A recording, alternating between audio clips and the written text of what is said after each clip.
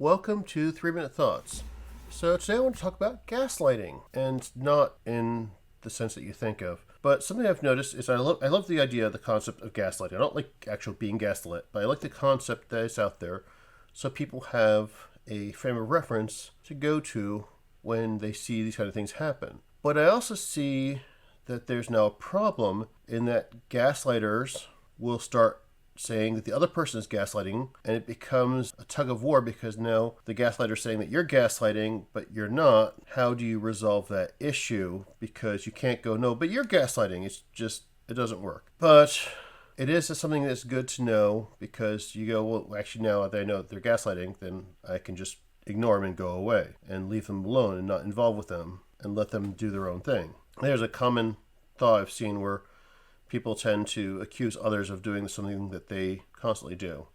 That's a whole other story I think I've covered before. But a specific incident that I'm thinking of is back at the beginning of COVID, and I was still out in Jersey, and I was looking at some CDC documents, which showed that the actual number of deaths are higher than what's being reported, and Fauci has actually verified that, yes, the amount of deaths because of COVID are higher than what was reported. So I'm not just... I noticed the trend, and I'm glad that there are people who are actually experts in it who've agreed that, yes, this is true. But I was making this point on Facebook, and someone who'd been a good friend for several years said I was cherry-picking data. And I'm like, this is the CDC's data. This is where the data comes from. There's no other source but this.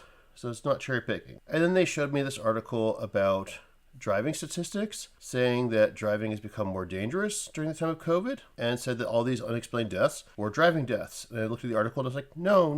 The article doesn't say that. The article is showing that, yes, because you only have people who are less concerned about safety and people who are essential workers who are out driving, and people who are concerned about safety who aren't essential workers are not driving. So the percentage of accidents have increased, but the number of fatalities have decreased. And then the person came back, said that I'm somehow accusing essential workers of being dangerous drivers. And I'm like, what? And trying to clarify their confusion, they immediately called me a gaslighter and banned me and blocked me. And this is a person I've known for 20-some years.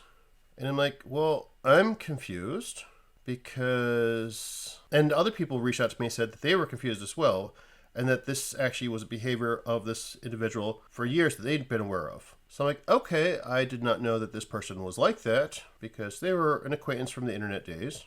I'm sad that that happened the way it did, but I don't know how to have fixed it. But at the same point, it's better that that person's out of my life. It sounds like it. Oh well, those are my thoughts. I'm not sure what the solution is except just wash your hands and be done with it. Have a good one.